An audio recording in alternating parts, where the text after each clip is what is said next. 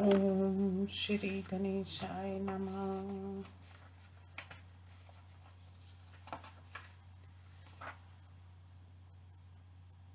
द्वाविंशत्यधिकशततमोऽध्याय।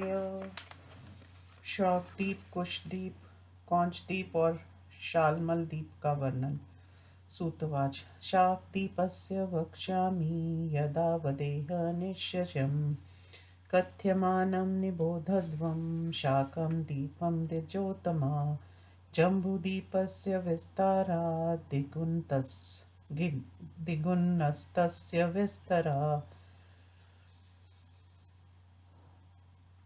विस्तारात् त्रिगुणशापी परिणाः समन्तता। तिनावृत्तसमुद्रोऽयं द्वीपेन लवणोदधि तत्र पुण्या जनपदा च मृत्युयते जना। कुत एव च दुर्भिक्षं क्षमा तेजो युते शिव। तत्रापि पर्वता शुभ्रा सप्तैव मणिभूषिता। शाकदीपादिषु त्वेषु सप्त सप्त नगास्त्रिषु।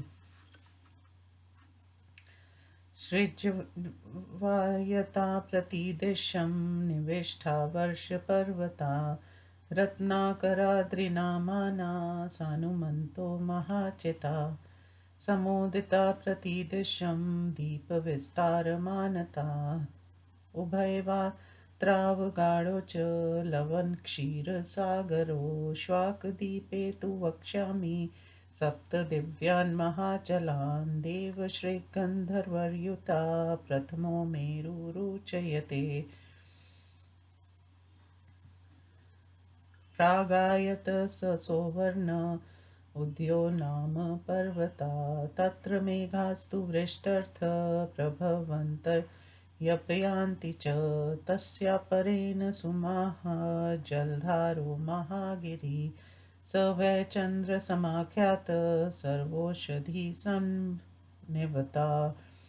तस्मान्नित्यमुपादते वासव परं जलम्। नारदो नाम चैवोक्तो दुर्गशैलो महाचिता। तत्राचलो समुत्पन्नो पूर्वं नारदपर्वतो। तस्यापरेण सुमहांश श्यामो नाम महागिरि। यत्र श्यामत्वमापना प्रजा पूर्वमिमाकल। स एव दुन्दुभिर्नाम श्यामपर्वतसन्निभा। शब्दमृत्युपुरा तस्मिन् दुन्दुभिस्ताडितसुरे। रत्नमालान्तरमया शालमलक्षान्तरालकृत्। तस्यापरेण रजतो महान्नस्तो गिरिसंवृता। स वै सोमक इत्युक्तो देवैर्यात्रिमृतं पुरा। संभृतं च हृतं चैव मातुरर्थे गुरुत्मता। तस्यापरे चाम्बिके सुम्नाशैव ससंवृता। हिरण्याक्षो वराहेन तस्मिन् शैले निषूदिता। आम्बिकेयात् परो रम्य सर्वौषधीनिषेविता। विभ्राजस्तु समाख्यात सफाटिकस्तु महान् गिरिः। यस्माद्विभ्राजते वही विभ्राजस्तेन समृता। सैवेह केशवैक्तयुक्तो यतो वायुप्रभाति च। तेषां वर्षाणि वक्ष्यामि पर्वतानां द्विजोत्तमा। शृणुध्वं नाम तस्तानि यथा वदनु पूर्वशा। दिनामान्येव वर्षाणि यथैव गिर्यस्तथा। उदयसह्योदयं वर्षं जलधारेति विश्रुतं। नाम नागद्भयं नाम वर्षं तत् प्रथमं संवृतं। द्वितीयं जलधारस्य सुकुमारमिति संवृतम्। तदैव शैशिरं नाम वर्षं तत् परिकीर्तितं।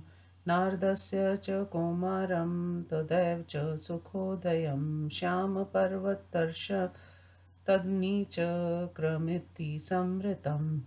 आनन्दकमिति प्रोक्तं तदेव मुनिभिः शुभम् सोमकस्य शुभं वर्षं विज्ञेयं कुसुमोत्तकरं तदेवासितमित्युक्तं वर्षं सोमक संज्ञितम् आम्बिकेयस्य मेनाकं क्षेमक चैव तत्स्मृतं तदेव ध्रुवमित्युक्तं वर्षं विभ्राजसंज्ञितं दीपस्य परिणामं च ह्रस्वदीर्घत्वमेव च जम्बूद्वीपेन सङ्ख्यातं तस्य मध्ये वनस्पतिम्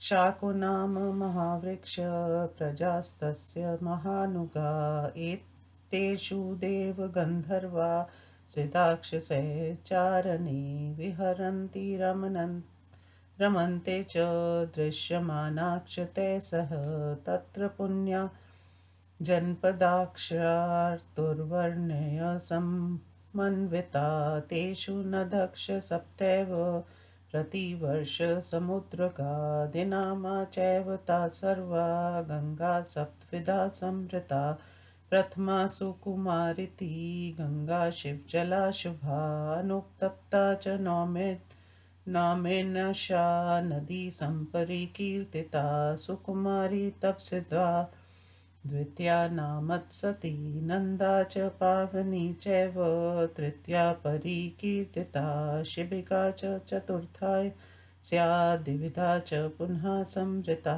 इक्षुक्ष पञ्चमी ज्ञेया तथैव च पुनः कहुः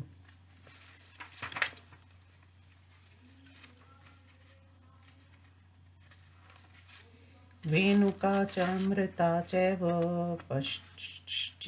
षष्ठी सम्परिकीर्तिता सुकृता च गभस्ति च सप्तमी परिकीर्तिता एता सप्त महाभागा प्रतिवर्ष शिवोदका भावयन्ति जनं सर्व शाकदीपनिवासिनम् अभिगच्छन्ति ताक्षाण्या नद्य सरांसि च बहुदक परिस्रावा यतो वर्षति वासवा तांसा तु न ध्येयानि परिमाणं तथैव च न शक्यं परिसङ्ख्यातु पुण्यास्ता सरिदुत्तमा त्वापिबन्ति सदा हृष्टा नदीजर्णपदास्तु ते अतेषान्तमया प्रोक्ता प्रमोता ये च वै शिवा आनन्दाक्ष सुखाशैव क्षेमकाश न वै सहे वर्णाक्षम् आचार्युर्ता देशास्ते सप्तविश्रुता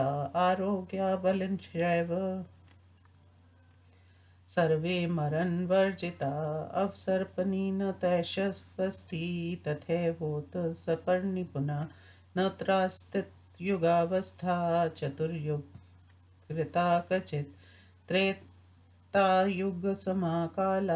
सदा तत्र प्रवर्तते शाकदीपादिषु ज्ञेयं पञ्चस्वेतेषु सर्वशा देशस्य तु विचारेण कालं स्वाभाविका स्मृता न तेषु शङ्करः कश्चिद् वर्णाश्रमकृत् कच्चित् धर्मस्य चाव्यभिचारादेकान्तसुखिना प्रजा न तेषु मायालोभो वा ईर्ष्या सूर्याभयं कुता विप्रयो न तेष्वस्ति तद्वै स्वाभाविकं संवृतम् कालो नैव च तेष्वस्ति न दण्डो न च दण्डिका सर्वधर्मेण च धर्मज्ञास्ते रक्षन्ति परस्परं परिमण्डलस्तु सुमहान् दीपो वैकुश संज्ञका नदी जले परिवृत्ता पर्वतेशाभ्रंशनिभे सर्वधातु विचित्रैक्ष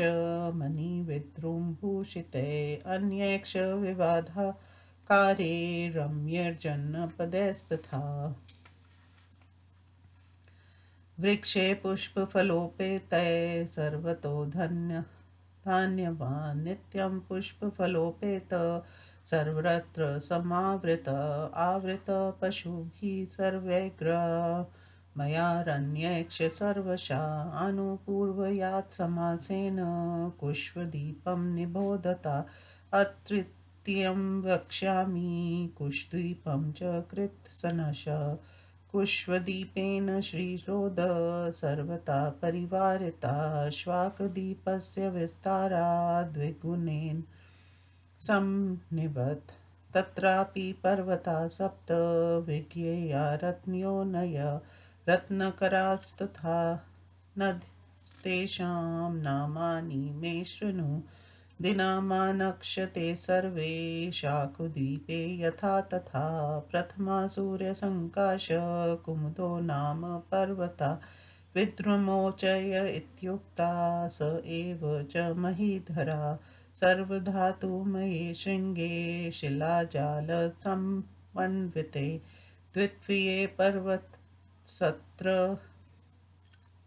उन्नतो नाम विश्रुता हेमपर्वत इत्युक्तः स एव च महीधरा हरितालमये शृङ्गे दीर्घमा वृत्ते सर्वशः बलाकस्तृतीयेस्तु भात्ययञ्जनमयो गिरि धूतिमान् नामता प्रोक्ता स एव च महीधरा चतुर्थथा पर्वतो द्रोणो यत्रोषधो महाबला ऋष्यलकर्णी चैव मृत्सञ्जीविनी तथा पुष्पवान् नाम सैवोक्त पर्वतासु महाचहित् कङ्कस्तु पच्मस्तेषां पर्वतो नाम सारवान् कुशेशय इति प्रोक्ता पुनः स पृथ्वीधरा दिव्यपुष्पफलोपेतो दिव्यविरुत्संविता षष्ठस्तु पर्वतशस्त्र महिषो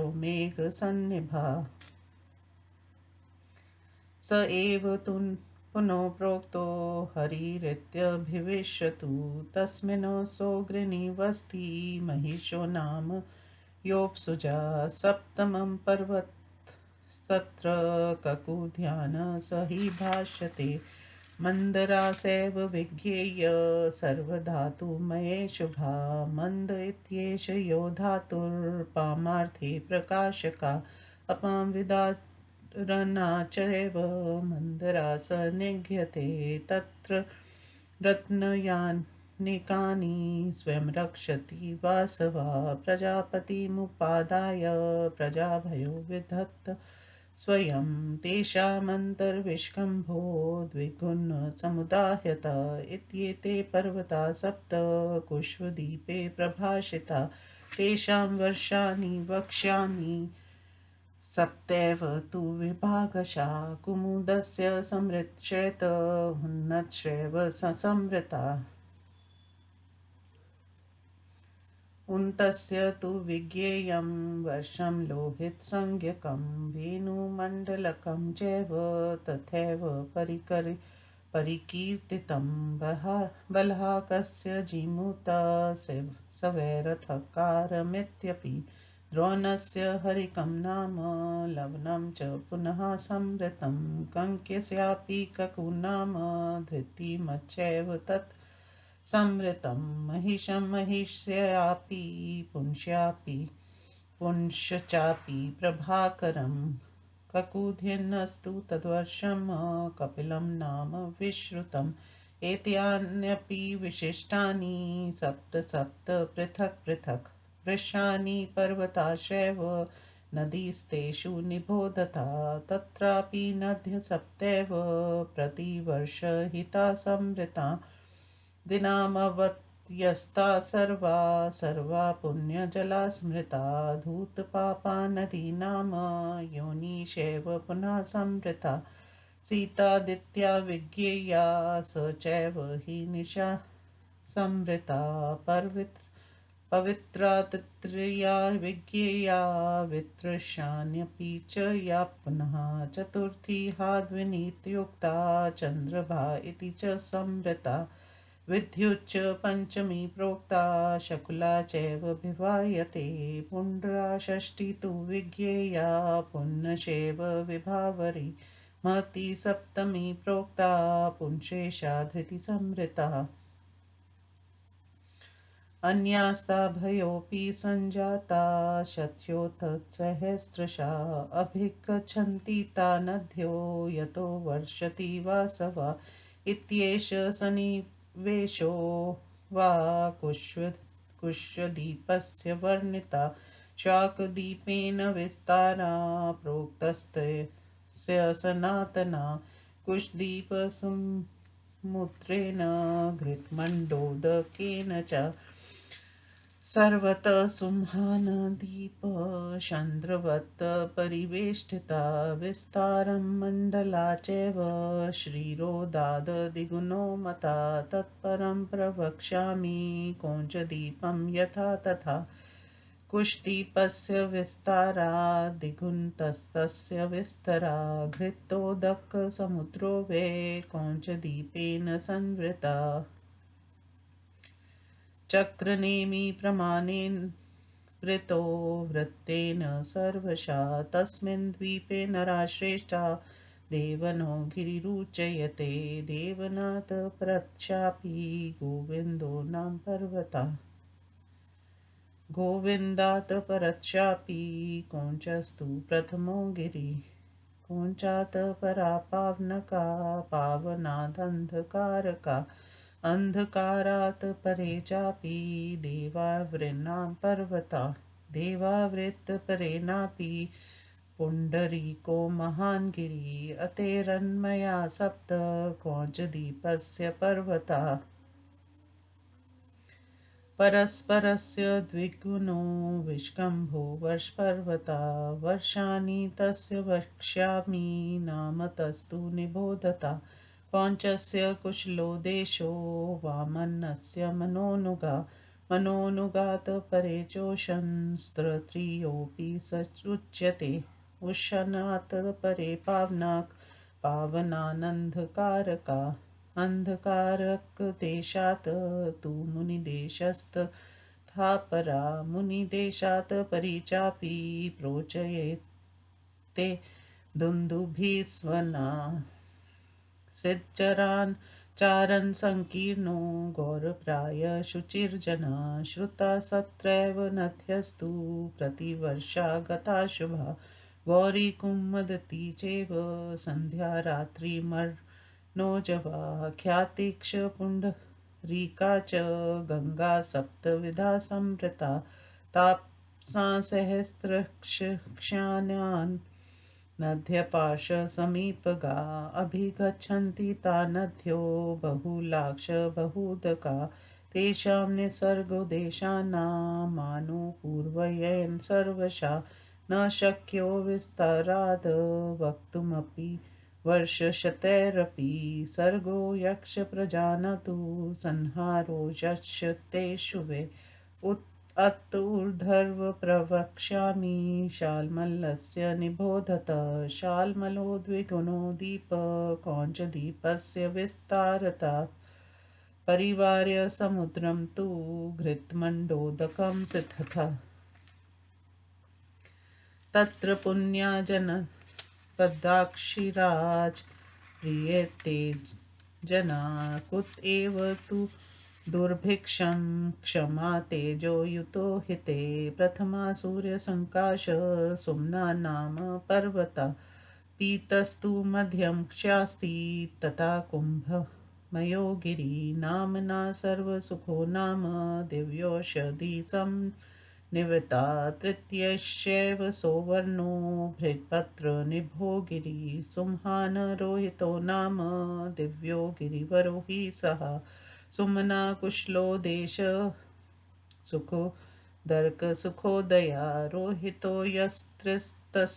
यस्तु रोहिणो नाम विश्रुत तत्र रत्यानेकानि स्वयं रक्षति वासवा प्रजापतिमुपादाय प्रसन्नो विद्धत्सव्ययं न तत्र मेघा वर्षन्ति शीतोष्ण च न तदिदं वर्णाश्रमाना वार्ता वा त्रिषु दीपेषु विद्यते न ग्रहो न च चन्द्रोऽस्ति सूर्याभयं तथा उदितानयुदकान्यत्र गिरिप्रस्वानि च भोजनं षडसं तत्र तेषां स्वयं प्ररिस्थतम् अधमोत्तम न तेष्वस्ति न लोभो न परिग्रह आरोग्य बलवन्तक्ष एकान् सुखिनो नरा त्रिशं दर्श सहस्राणि मानसी सिद्धिमा स्थिता सुखमायुष्यरूपं च धर्मेश तथैव च शालमलानन्तेषु विज्ञेयं दीपेषु त्रिषु सर्वथा व्याख्यात शाल्मलान्ताना दीपाना तु विधि शुभा परिमण्डलस्तु दीपस्य चक्रवर्त परिवेष्टिता सुरोदेन समुद्रेण द्विगुणेन समन्विता। इति श्रीमत्स्य महापुराणे भुवनकोशे दीपवर्णन नामो द्वाविंशत्यधिकशततमो अध्याय। हिंदी अनुवाद। सूत जी कहते हैं, द्विजवरों, अब मैं शाकदीप का निश्चित रूप से यथार्थ वर्णन कर रहा हूँ। आप लोग मेरे कथा अनुसार शाकदीप के विषय में जानकारी प्राप्त करें।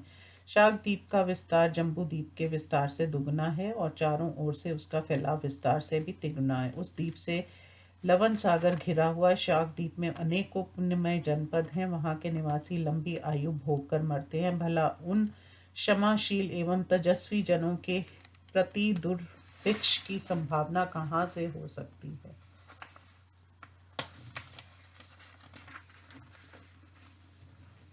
इस द्वीप में भी मणियों से विभूषित श्वेत रंग के 7 पर्वत हैं। शाकदीप आदि 3 द्वीपों में 7-7 पर्वत हैं जो चारों दिशाओं में सीधे फैले हुए हैं। ये वही वहाँ वर्ष पर्वत कहलाते हैं। ये रत्नाकार कराद्री नाम वाले वर्ष पर्वत ऊंचे शिखरों से युक्त तथा वृक्षों से संपन्न है। ये द्वीप विस्तार के परिमाण की समानता में चारों दिशाओं में फैले हुए हैं और एक ओर क्षीर सागर तक तथा दूसरी ओर लवण सागर तक पहुंच गए हैं। अब मैं शाकदीप के 7 दिव्य महापर्वतों का वर्णन कर रहा हूँ। उनमें पहला पर्वत मेरु कहा जाता है, जो देवों, ऋषियों और गंधर्वों से सुसेवित है। वह स्वर्णमय पर्वत पूर्व दिशा में फैला हुआ है। उसका दूसरा नाम उदयगिरि है। वहाँ मेघ घन वृष्टि करने के लिए आते हैं और जल बरसाकर चले जाते हैं। उसके पार्श्व भाग में संपूर्ण औषधियों से संपन्न जलधार नामक अत्यंत विशाल पर्वत है। वह चंद्र नाम से भी विख्यात है। उसी पर्वत से इंद्र नित्य अधिक से अधिक जल ग्रहण करते हैं। वहीं महान स्मृतशाली नारद नामक पर्वत है, जिसके दुर्ग शैल भी कहते। पूर्व काल में ये दोनों नारद और दुर्गशैल पर्वत यहीं उत्पन्न हुए थे। उसके बाद श्याम नामक अत्यंत विशाल पर्वत है, जहाँ पूर्व काल में सारी प्रजाएं श्याम ललता को प्राप्त हो गई थी। श्याम पर्वत के सदृश काले रंग वाले वहीं दुंदुभी पर्वत भी हैं, जिस पर प्राचीन काल में देवताओं द्वारा दुंदुभी के बजाए जाने पर उसके शब्द से ही शत्रुओं की मृत्यु हो जाती थी। इसके अंत प्रदेश में रत्नों के समूह भरे पड़े हैं और ये सेमल के वृक्षों से सुशोभित है। उसके बाद महान अस्ताचल है, जो रजतमय है। उसके सोमक भी कहते हैं। इसी पर्वत पर पूर्व काल में गरुड़ ने अपनी माता के हितार्थ देवताओं द्वारा संचित किए गए अमृत का अपहरण किया था। उसके बाद अंबिके नामक महापर्वत है, जिसे सुमना भी कहते हैं। इसी पर्वत पर वराह भगवान ने हिरण्ययक्ष का वध किया था। अंबिके पर्वत के बाद संपूर्ण औषधियों से परिपूर्ण एवं स्फटिक की शिलाओं से व्याप्त परम रमणीय महान पर्वत है, जो विभ्राज नाम से विख्यात है। इससे अग्नि विशेष उद्दीप्त होती है, इसी कारण इसे विभ्राज कहते हैं। इसी को केशव भी कहते हैं। यहीं से वायु की गति प्रारंभ होती है। द्विजवर, अब मैं उन पर्वतों का के वर्षों का यथार्थ रूप से नाम निर्देशानुसार पूर्वी वर्णन कर रहा हूँ। सुनिए। जिस प्रकार वहाँ के पर्वत 2 नाम वाले हैं, उसी तरह वर्षों के भी 2-2 नाम हैं। उदय पर्वत के वर्ष उदय और जलधार नाम से प्रसिद्ध हैं। उनमें जो पहला उदय वर्ष है, वह गत भय नाम से अभिहित होता है। दूसरे जलधार पर्वत के वर्ष को सुकुमार कहते हैं। वही शैशिर वर्ष के नाम से भी विख्यात है। नारद पर्वत के वर्ष का नाम कोमार है, उसी को सुखोदय भी कहते हैं। श्याम पर्वत का वर्ष अनी चक्र नाम से कहा जाता है। उसी मंगलमय वर्ष को मुनिगण आनंद के नाम से पुकारते हैं। सोम के पर्वत के कल्याणमय वर्ष को कुसुमोत्कर नाम से जानना चाहिए। उसी सोम के नाम वाले वर्ष को असित भी कहा जाता है। अंबिके पर्वत के वैर वर्ष में नाक और शेमक नाम से प्रसिद्ध हैं। 7वें केसर पर्वत के वर्ष का नाम विभ्राज है। वही ध्रुव नाम से भी कहा जाता है। शाक द्वीप का विस्तार तथा लंबाई चौड़ाई जम्बू द्वीप के परिमाण से अधिक है, ये ऊपर बतला चुके हैं। इसी द्वीप के मध्य भाग में शाक नाम का एक महान वनस्पति है। इसी द्वीप की प्रजाएं महापुरुषों का अनुमन करने वाली हैं। इन वर्षों में देवता गंधर्व से द्वैचारण विहार करते हैं और उनकी रमणीयता देखते हुए प्रजाओं के साथ क्रीड़ा करते हैं। इस द्वीप में चारों वर्णों के प्रजाओं से संपन्न सुंदर जनपद है। इनमें प्रत्येक वर्ष में समुद्रगामिनी 7 नदियां भी हैं और वे सभी 2 नामों वाली हैं। केवल गंगा 7 प्रकार की बतलाई जाती है। मंगलमयी एवं पुण्य ललीला प्रथमा गंगा सुकुमारी नाम से कही जाती है। यही नदी अनुतप्ता नाम से भी प्रसिद्ध है। दूसरी गंगा तप सिद्धा सुकुमारी है, ये ही सती नाम से भी प्रसिद्ध है। तीसरा गंगा नाद नंदा और पावनी नाम से विख्यात है। चौथा गंगा शिविका है, इन्हीं को द्विविधा भी कहते हैं। इशु को 5वीं गंगा समझना चाहिए। उसी प्रकार पुनः कुहू भी, इन्हें कुहू भी कहते हैं। छठा गंगा वेणुका और अमृतका नाम से प्रसिद्ध है। 7वीं गंगा को सुकृता और गभस्ती कहा जाता है। कल्याण में जल से परिपूर्ण एवं महान भाग्यशालिनी ये 7 गंगाएं शाक द्वीप के प्रत्येक वर्ष के सभी प्राणियों को पवित्र करती हैं। दूसरे बड़े बड़े नदियां और सरोवर भी इन्हें गंगा की धाराओं में आकर मिलते हैं, जिसके कारण ये सभी अथाह तथा जल बहाने वाली हैं। इन्हीं से जल ग्रहण कर इंद्र वर्षा करते हैं। उन सहायक नदियों के नाम और परिमाण की गणना नहीं की जा सकती। ये सभी श्रेष्ठ नदियां पुण्य तोया है। इनके तट पर निवास करने वाले जनपद वासी सदा हर्ष पूर्वक इनका जल पीते हैं। उनके तट पर स्थित शांतमय प्रमोद शिव आनंद सुख शेमक और नव ये 7 विश्व विख्यात देश हैं। यहाँ वर्ण और आश्रम के धर्मों का सुचारू रूप से पालन होता है। यहाँ के सभी निवासी निरोग बलवान और मृत्यु से रहित होते हैं। उनमें अब सर्पनी अधोगामिनी तथा उत्सर्पनी ऊर्ध्वगामिनी क्रिया नहीं होती। वहाँ कहीं भी चारों युगों द्वारा की गई युग व्यवस्था नहीं होती। वहाँ सदा त्रेता युग के समान ही समय वर्तमान रहता है। शौक द्वीप आदि इन 5 द्वीपों में ऐसी ही दशा जाननी चाहिए, क्योंकि देश के विचार से ही काल की स्वाभाविक गति जानी जाती है। उन द्वीपों में कहीं भी वर्णन एवं आश्रमंजय संकर नहीं पाया जाता। इस प्रकार धर्म का परित्याग न करने के कारण वहाँ की प्रजा एकांत सुख का अनुभव करती है। उनमें ना तो माया छल कपट है, ना लोभ तप भला ईर्षा असूया और भय कैसे हो सकता है। उनके धर्म का विपर्य भी नहीं देखा जाता। धर्म तो उनके लिए स्वाभाविक कर्म माना गया है, उन पर काल का कोई प्रभाव नहीं पड़ता। वहाँ ना तो दंड का विधान है, ना कोई दंड देने वाला ही है। वहाँ के निवासी धर्म के ज्ञाता हैं। अंत वे सर्व स्वधर्मानुसार परस्पर एक दूसरे की रक्षा करते रहते। कुश नाम का द्वीप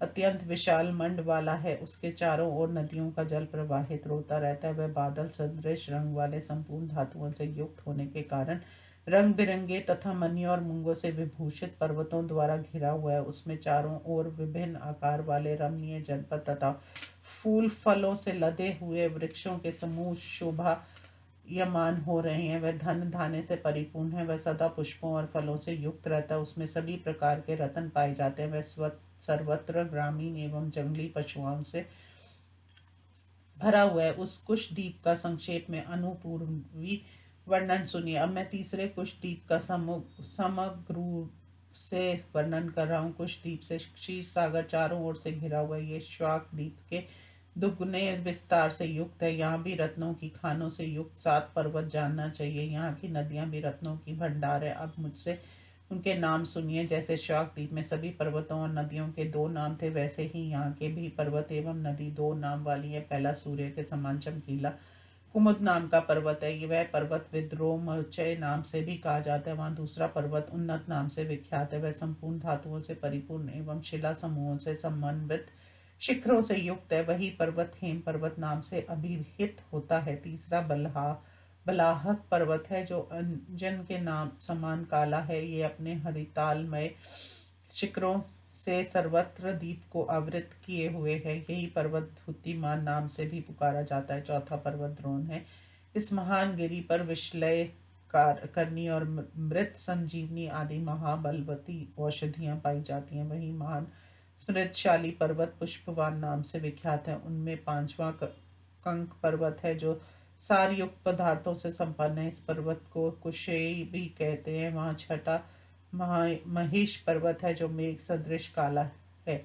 वह दिव्य पुष्पों एवं फलों से युक्त तथा दिव्य वृक्षों से संपन्न है। वहीं पुनि हरि नाम से विख्यात है। उसी पर्वत पर महर्षि नामक अग्नि जो जल से उत्पन्न हुआ है निवास करता है। वह सातवें पर्वत को ककु ध्यान कहा जाता है। उसी को मंदर जानना चाहिए। वह संपूर्ण धातुओं से युक्त और अत्यंत सुंदर है।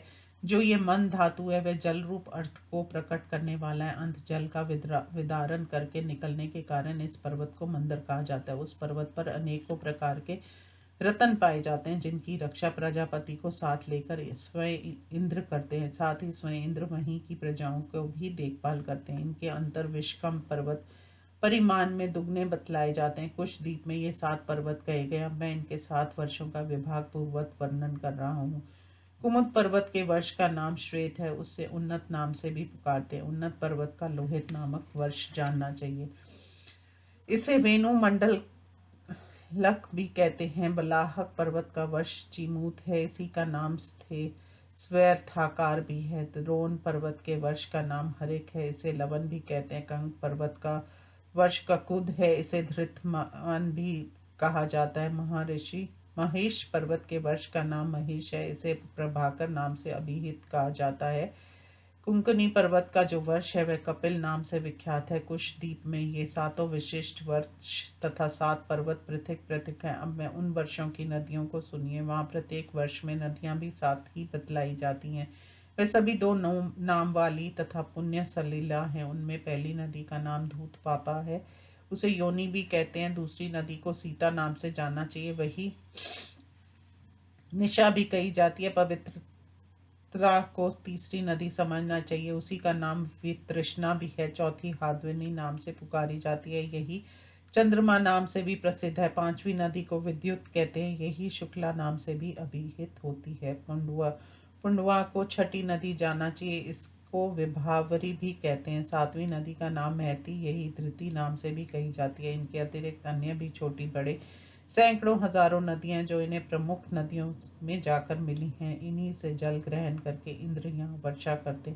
इस प्रकार मैंने आप लोगों से कुछ द्वीप की संस्थिति का वर्णन कर दिया था तथा उसके शाक द्वीप से दुगने सनातन विस्तार को भी बतला दिया। ये महान कुछ द्वीप चारों ओर से चंद्रमा की भांति घृत और मठे से भरे हुए सागर से घिरा हुआ है। ये विस्तार एवं मंडल घेराव में क्षीर सागर से दुगना माना गया है। इसके बाद अब मैं कौश द्वीप का यथार्थ रूप से वर्णन कर रहा हूँ। इसका विस्तार कुछ द्वीप के विस्तार से दुगना है। चक्के की भांति गोलाकार इस कौश द्वीप से घृत सागर चारों ओर से घिरा हुआ है। श्रेष्ठ ऋषियों इस कौश द्वीप में देवन नामक पर्वत बतलाया जाता है। देवन के बाद गोविंद नामक पर्वत है। गोविंद के बाद कौंच नामक पहला पर्वत है। कौंच के बाद पावनक, पावनक के बाद अंधकारक और अंधकारक के बाद देवावृत नाम का पर्वत है। देवावृत के बाद पुंडरीक नामक विशाल पर्वत है। कौंच द्वीप के ये 7 पर्वत रत्नमय हैं। इस द्वीप के वर्ष पर्वत के रूप में स्थित विश्कम पर्वत परस्पर एक दूसरे से दुगने हैं। अब इस द्वीप के वर्षों का नाम बतला रहा हूँ, सुनिए। क्रौंच पर्वत के प्रदेश का नाम कुशल है। वामन पर्वत प्रदेश मनोनुग कहलाता है। मनोनुग के बाद तीसरा उष्ण प्रदेश कहा जाता है। उष्ण के बाद पावनक, पावनक के बाद अंधकारक और अंधकारक के बाद दूसरा मुनि देश है। मुनि देश के बाद दुंदुभिस्वन नामक देश कहा जाता है। ये द्वीप सिद्धों एवं चारणों से व्याप्त है। यहाँ के निवासी प्राय गौर वर्ण के एवं परम पवित्र होते हैं। इस द्वीप के प्रत्येक वर्ष में मंगलमयी नदियां भी प्रवाहित होती हैं, ऐसा सुना गया है। माँ गौरी, कुमुदती, संध्या, रात्रि, मनोजवा, ख्याति और पुंडीर का ये 7 प्रकार की गंगा बतलाई जाती है। इनके अगल बगल में बहने वाली अगाध जल से भरी हुई हजारों अन्य नदियां भी हैं जो इन्हीं प्रमुख नदियों में आकर मिलती हैं। उस पर्वतीय प्रदेशों की स्वर्था, अनुपूर्वी स्वाभाविका स्थिति का तथा वहाँ की प्रजाओं की सृष्टि एवं संहार विस्तार पूर्वक वर्णन सैकड़ों वर्षों में भी नहीं किया जा सकता। इसके बाद मैं शालमील द्वीप का वर्णन कर रहा हूँ, सुनिए। शालमल द्वीप कौंची द्वीप के विस्तार से दुगना है। ये घृत मंडो सागर को घेर कर स्थित है। इसमें पुण्यमय जनपद है। वहाँ के निवासी क्षमाशील एवं तेजस्वी होते हैं तथा दीर्घायु का उपभोग कर मृत्यु को प्राप्त होते हैं। वहाँ अकाल की कोई संभावना ही नहीं है। वहाँ पहले पर्वत का नाम सुमना है जो सूर्य के समान चमकीला होने के कारण पीले रंग का है। उसके बाद दूसरा कुंभमय नामक पर्वत है, उसका दूसरा नाम सर्व सुख है, वह दिव्य औषधियों से संपन्न है। तीसरा स्वर्ण संपन्न एवं भ्रमर के पंख के समान रंग वाला रोहित नाम का विशाल पर्वत है। ये पर्वत श्रेष्ठ दिव्य है। सुमना पर्वत का देश कुशल एवं दूसरे सर्व सुख पर्वत का देश सुखोदय है, जो सभी सुखों को उत्पन्न करने वाला है। तीसरे रोहित पर्वत का प्रदेश रोहिन नाम से विख्यात है। वहाँ अनेक प्रकार के रत्नों की खान है, जिनकी रक्षा प्रजापति को साथ लेकर स्वयं इंद्र करते हैं, और वे ही प्रसन्नता पूर्वक वहाँ की प्रजाओं के लिए कार्य का विधान करते हैं। वहाँ ना तो मेघ वर्षा करते हैं, ना शीत एवं उष्ण की ही अधिकता रहती है। इन तीनों द्वीपों में वर्णाश्रम की चर्चा चलती रहती है, अर्थात वहाँ वर्णाश्रम के पूर्ण रूप से प्रचार है। यहाँ ना ग्रह गण है, ना चंद्रमा है, ना यहाँ के निवासियों में ईर्ष्या, असूया और भय ही देखा जाता है। यहाँ पर्वतों से झरते हुए जल की अन्न के उत्पादक हैं। वहाँ के निवासियों के लिए षष्ठ रस युक्त भोजन स्वयं ही प्राप्त हो जाता है। उनमें ना तो ऊंच नीच का भाव है, ना लोभ है, और ना परिग्रह। दान लेने की प्रवृत्ति ही है। वे निरोग एवं बलवान होते हैं तथा एकांत सुख का भी उपभोग करते हैं। वे लोग 30,000 वर्ष तक की मानसिक सिद्धि को प्राप्त होकर सुख, दीर्घायु, सुंदर रूप, धर्म और ऐश्वर्य का उपभोग करते हुए जीवन यापन करते हैं। कुश, कौंच और शालमल, इन तीनों द्वीपों में यही स्थिति समझनी चाहिए। इस प्रकार मैं इन तीनों द्वीपों की शुभमयी विधि का विवरण बतला चुका। इस शालमल द्वीप का मंडल घेरा दुगने परिमाण वाले सुरोध सागर से चारों ओर चक्र की भांति गोल कर कार घेरा हुआ है। इस प्रकार श्री मत्स्य महापुराण के भुवन कोश वर्णन में प्रसंग में दीप वर्णन नामक 122वां अध्याय संपूर्ण हुआ। ओम नमो शिवाय।